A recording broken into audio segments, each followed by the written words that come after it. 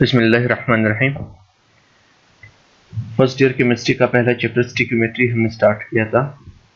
Last time हमने स्टिक्योमेट्रिक relationships की बात की थी लास्ट पॉइंट में कि स्टिक्योमेट्रिक रिलेशनशिप्स कौन कौन से हो सकते हैं।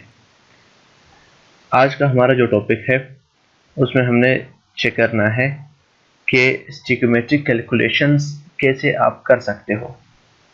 तो कोई भी स्टिक्योमेट्रिक कैलकुलेशन करने के लिए आपको कुछ स्टेप्स याद करने होंगे, जो लगभग मैंने 6 स्टेप्स लिख दिए हैं।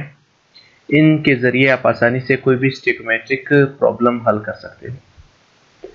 तो इस प्रॉब्लम को हल करने के लिए सबसे पहले आपको क्या करना होगा, right the data from the problem. आपको सबसे पहले प्रॉब्लम में जो भी डेटा दिया गया होगा वो डेटा लिख लेना होगा। याद रखना, या तो 2 रिएक्टेंट्स के बारे में बताया होगा डेटा, या तो एक रिएक्टेंट एक प्रोडक्ट का डेटा गिवन होगा, या फिर 2 प्रोडक्ट्स का डेटा गिवन होगा। तो आपने वो डेटा लिख लेना है और वो जिन भी क्वांटिटीज में होगी आपने वो क्वांटिटीज भी उसके साथ लिख लेनी है। मतलब ये कि अगर एक सब्सटेंस का या एक रिएक्टेंट का डेटा मोल में गिवन है तो आपने उसका डेटा मोल में निकाल लेना है। अगर दूसरे सब्सटेंस का, चाहे वो रिएक्टेंट हो या प्रोडक्ट हो, उसका डेटा अगर मास में गिवन है या वॉल्यूम में गिवन है या पार्टिकल्स में गिवन है तो आपने उन्हीं क्वांटिटीज में वो डेटा लिख लेना है। फिर क्या करना है, सेकंड स्टेप में आपने उसी केमिकल रिएक्शन के लिए बैलेंस्ड केमिकल इक्वेशन लिख लेना है। वो जो आपके पास प्रॉब्लम में जो डेटा दिया हुआ है किस केमिकल रिएक्शन के हवाले से है, तो उसी केमिकल रिएक्शन के लिए आप बैलेंस्ड केमिकल इक्वेशन लिख लो और फिर उस बैलेंस्ड केमिकल इक्वेशन में से उन्हीं 2 केमिकल सब्सटेंसेस का डेटा निकालो जो प्रॉब्लम में गिवन है। और किस तरह का डेटा निकालना है, अगर प्रॉब्लम में किसी एक केमिकल सब्सटेंस के मोल की बात की है तो आप बैलेंस्ड केमिकल इक्वेशन से भी उसके number of moles he calculate कर लो। अगर प्रॉब्लम में किसी केमिकल सब्सटेंस के मास के बारे में बात की गई है तो आप भी बैलेंस्ड केमिकल इक्वेशन से उसका मास ही निकाल लो। अब जो डेटा प्रॉब्लम में गिवन है उसको हम अननोन स्टेटमेंट कहेंगे, जो बैलेंस केमिकल इक्वेशन से हमें मिल गई है वो नॉन स्टेटमेंट कहलाएगी। अननोन को नॉन से डिवाइड कर दो। जो भी चीज़ कैलकुलेट करनी होगी, जो अननोन होगी, फाइंड करनी होगी, एक्स जिसको हम लोग कह सकते हैं, उसको आप लेफ्ट साइड पर आइसोलेट कर दो तो आपके पास फाइनली मल्टीप्लाई डिवाइड करके आंसर आ जाएगा। हम एक न्यूमेरिकल प्रॉब्लम चेक कर लेते हैं ताकि हमें ये समझ आ जाए। क्वेश्चन गिवन है, calculate the mass of sodium hypochlorite produced by reaction of 1.75 moles of chlorine with excess sodium hydroxide। अब इसमें डेटा क्या गिवन है, सोडियम हाइपोक्लोराइड का मास इन्होंने कैलकुलेट करने का कहा है तो वो x ग्राम्स है, वो हमने मालूम करना है। मोल्स ऑफ क्लोरीन गिवन है वो 1.75 मोल्स है। अब ये डेटा फ्रॉम प्रॉब्लम हो चुका है। अब मैं बैलेंस केमिकल इक्वेशन इस रिएक्शन के लिए लिखूंगा तो वो सोडियम हाइड्रोक्साइड के 2 मोल्स का जब मैं क्लोरीन के 1 मोल के साथ रिएक्शन करवा दूंगा तो सोडियम हाइपोक्लोराइड बनेगा, सोडियम क्लोराइड बनेगा और पानी का मॉलिक्यूल रिलीज हो जाएगा। अब यहाँ पर हमारे पास किन 2 सब्सटेंसेस का डेटा हमने निकालना है, एक सोडियम हाइपोक्लोराइड का निकालना होगा तो एक इसका डेटा मैं निकालूंगा, दूसरा हमें क्लोरीन का डेटा निकालना होगा क्योंकि प्रॉब्लम में इन्हीं दोनों की कंपेरिजन हुई है। क्लोरीन के लिए मुझे बैलेंस केमिकल इक्वेशन से भी मोल्स निकालने होंगे और सोडियम हाइपोक्लोराइड का बैलेंस इक्वेशन से मुझे मास कैलकुलेट करना होगा क्योंकि प्रॉब्लम में भी उसके मास की बात हो रही है। तो मैंने सोडियम हाइपोक्लोराइड का 1 मोल हमें मिल रहा है तो मैंने उसका मास कैलकुलेट किया, 24.5 ग्राम्स आया। क्लोरीन के 1 मोल को हमने चेक किया तो यहाँ पर 1 मोल बैलेंस केमिकल इक्वेशन में यूज हुआ है तो हमने उसका 1 मोल लिख लिया। अब ये वो डेटा है जो बैलेंस केमिकल इक्वेशन से मिला, ये नॉन डेटा, और ये जो प्रॉब्लम में डेटा गिवन था वो अननोन डेटा। अननोन डेटा को आप नॉन डेटा से डिवाइड करना होगा। किस तरह डिवाइड करूंगा, याद रखना, सोडियम हाइपोक्लोराइड के मास को जो प्रॉब्लम में गिवन है उसको सोडियम हाइपोक्लोराइड के मास से डिवाइड कर लो जो बैलेंस केमिकल इक्वेशन से मिल चुका है। Number of moles of chlorine जो प्रॉब्लम में गिवन है उसको डिवाइड कर दो number of moles of chlorine जो हमें बैलेंस केमिकल इक्वेशन से मिले। हमने ये डिवाइड कर लिया, दरमियान में इक्वल का निशान दे दिया, x upon 74.5 equal to 1.75 divided by 1। अब 1.75 को अगर 1 से डिवाइड भी कर दो तो आंसर 1.75 आएगा। मैंने कैलकुलेट क्या करना है x, तो जो चीज़ कैलकुलेट करनी भी उसको लेफ्ट हैंड साइड पर आइसोलेट कर दो। कैसे करूंगा? 74.5 यहाँ पर डिवाइड हो रहा है, दूसरी साइड पर आकर मल्टीप्लाई हो जाएगा, तो मैं दूसरी साइड पर इसको ले आया, x अकेला हो चुका है, आइसोलेट हो चुका है। x is equal to 1.75 multiply by 74.5 is equal to 130.4 grams of sodium hypochloride.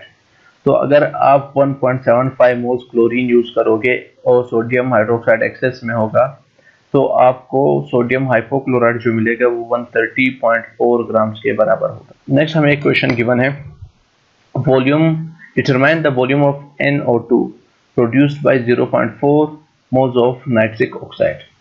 तो मुझे नाइट्रिक ऑक्साइड जो कि 0.4 मोल्स है, उससे कितने नाइट्रोजन डाइऑक्साइड मिलेंगे, कब मिलेंगे?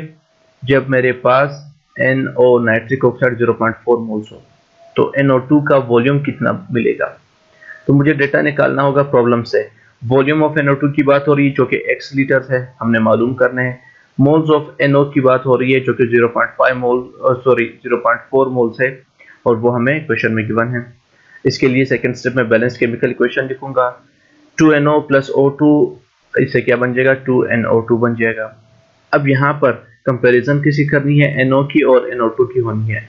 तो मुझे पता चला कि बैलेंस केमिकल इक्वेशन में NO के कितने मोल्स है? 2 लिखा हुआ है, तो इसका मतलब 2 मोल्स है। NO2 आपके पास स्टैंडर्ड टेम्परेचर एंड प्रेशर पे अगर बनेगा 1 मोल, तो वो 22.414 लीटर वॉल्यूम ऑक्यूपाई करेगा। लेकिन 2 मोल्स अगर बनेंगे तो उसको 2 से मल्टीप्लाई कर दो, तो 44.828 लीटर बन गए। अब क्या करना होगा? ये वो डेटा है जो हमें बैलेंस केमिकल इक्वेशन से मिला है, और ये अननोन डेटा है जो हमें प्रॉब्लम से मिला है। तो प्रॉब्लम वाले डेटा को नॉन डेटा से डिवाइड कर देंगे। डिवीजन कैसे करेंगे? वॉल्यूम ऑफ NO2 को वॉल्यूम ऑफ NO2 से डिवाइड करेंगे, मोल्स ऑफ NO को मोल्स ऑफ NO से डिवाइड करेंगे। तो मैंने x को 44.828 से डिवाइड कर दिया, 0.4 को 2 से डिवाइड कर दिया, दरम्यान में इक्वल का साइन। जो चीज़ कैलकुलेट करनी होगी x, उसको लेफ्ट हैंड साइड पर आइसोलेट करना होगा। तो x के नीचे 44.828 है जो यहाँ पर डिवाइड हो रहा है, दूसरी साइड पर आकर मल्टीप्लाई हो जाएगा। तो x is equal to 0.4 upon 2 multiply by 44.828। 0.4 को 2 से डिवाइड किया तो आंसर आया हमारे पास 0.2। 0.2 को हमने 44.828 से मल्टीप्लाई किया तो 8.965 तकरीबन आ जाएगा, जो हम 8.97 लीटर्स लिख लेते हैं। इतना वॉल्यूम NO2 बनेगा 0.4 मोल्स NO से। तो ये वो स्टेप्स है जिसके जरिए आप कोई भी स्टिक्योमेट्रिक प्रॉब्लम हल कर सकते हो। नेक्स्ट हमारे पास जो टॉपिक है वो है परसेंटेज कंपोजिशन। परसेंटेज कंपोजिशन है क्या चीज़? अगर मैं कोई भी केमिकल सब्सटेंस याद रखना हमेशा कंपाउंड होना चाहिए। तो कोई भी कंपाउंड अगर मैं 100 ग्राम्स लूँ, तो उस 100 ग्राम में से किसी एक एलिमेंट का मास कितने ग्राम्स है, दूसरे एलिमेंट का मास कितने ग्राम है। 100 ग्राम्स कंपाउंड के मास में से किसी एक एलिमेंट का मास कितना है, वो उस एलिमेंट का परसेंटेज कंपोजिशन होगा। इसको कैलकुलेट कैसे करते हैं? आसान सा तरीका है। सबसे पहले आपको क्या करना होगा? सबसे पहले आपको उस कंपाउंड का मोलर मास कैलकुलेट करना होगा। दूसरा फिर आपने क्या करना होगा? उस एलिमेंट का जिसका परसेंटेज कंपोजिशन आप कैलकुलेट करना चाहते हो उसका मोलर मास मालूम कर लो। कहाँ से मालूम करोगे? पीरियोडिक टेबल से पता चल जाएगा। और उस कंपाउंड में उसकी कितनी तादाद है, उस तादाद को एज अ x उसके बाहर लिख लो, उसके मोलर मास के बाहर लिख लो। तो x into molar mass of element divided by molar mass of compound multiply by 100 for percentage. तो आपको उस एलिमेंट का परसेंटेज कंपोजिशन मालूम हो जाएगा। हम एक न्यूमेरिकल प्रॉब्लम सॉल्व कर लेते हैं। कैसे किया जाएगा? कहा जा रहा है कि सोडियम हाइड्रोक्साइड का परसेंटेज कंपोजिशन मालूम कर लो हर एलिमेंट का। तो सबसे पहले मैंने क्या करना होगा? उस कंपाउंड का मोलर मास कैलकुलेट करना होगा। तो molar mass of sodium hydroxide is equal to sodium की तादाद 1, ऑक्सीजन की तादाद 1, हाइड्रोजन की तादाद 1, ब्रैकेट में सोडियम का मास 23, ऑक्सीजन का मास 16 और हाइड्रोजन का मास 1। सबको मल्टीप्लाई और ऐड कर लिया तो 40 ग्राम पर मोल आया। ये इसका मोलर मास बन चुका है। अब किसी भी एलिमेंट का परसेंटेज कंपोजिशन मालूम करना है तो उसकी तादाद कितनी है एज अ एक्स बाहर लिख लो, उसका मोलर मास कितना है एलिमेंट का वो ब्रैकेट में लिख लो, उसका किस कंपाउंड में आपने मालूम करना है उसका मास नीचे लिख लो, मल्टीप्लाई कर लो 100 से। तो मैंने सोडियम का परसेंटेज कंपोजिशन मालूम करना है, मास उसका 23, तादाद उस कंपाउंड में कितनी है 1, उस कंपाउंड का मोलर मास कितना है तो 40 हुआ, multiply by 100, 23 multiplied by 100, 2300 divided by 40, 57.5% mass sodium की वजह से है इस कंपाउंड का। ऑक्सीजन का अगर मैं मालूम करना चाहूँ तो 1 × 16 डिवाइडेड बाई 40 मल्टीप्लाई बाई 100, तादाद 1, molar mass of element 16, compound का मोलर मास 40 मल्टीप्लाई बाई 100 किया तो 16 मल्टीप्लाई बाई 100 1600 डिवाइडेड बाई 40 40 आ जाएगा। तो 40% आपके पास मास ऑक्सीजन की वजह से इस कंपाउंड का। हाइड्रोजन का हमने चेक किया तो हाइड्रोजन की तादाद भी 1, उसका मोलर मास भी 1, इस कंपाउंड का मास 40 और मल्टीप्लाई किया 100 से, तो 100 डिवाइडेड बाय 40 आंसर आया 2.5%। इसका मास इसका परसेंटेज कंपोजिशन, हाइड्रोजन का परसेंटेज कंपोजिशन वो कितना है, वो 2.5% आ चुका है इस कंपाउंड में। तो किसी भी कंपाउंड का परसेंटेज कंपोजिशन किसी भी एलिमेंट के लिए मालूम करने का तरीका इंतहाई आसान है।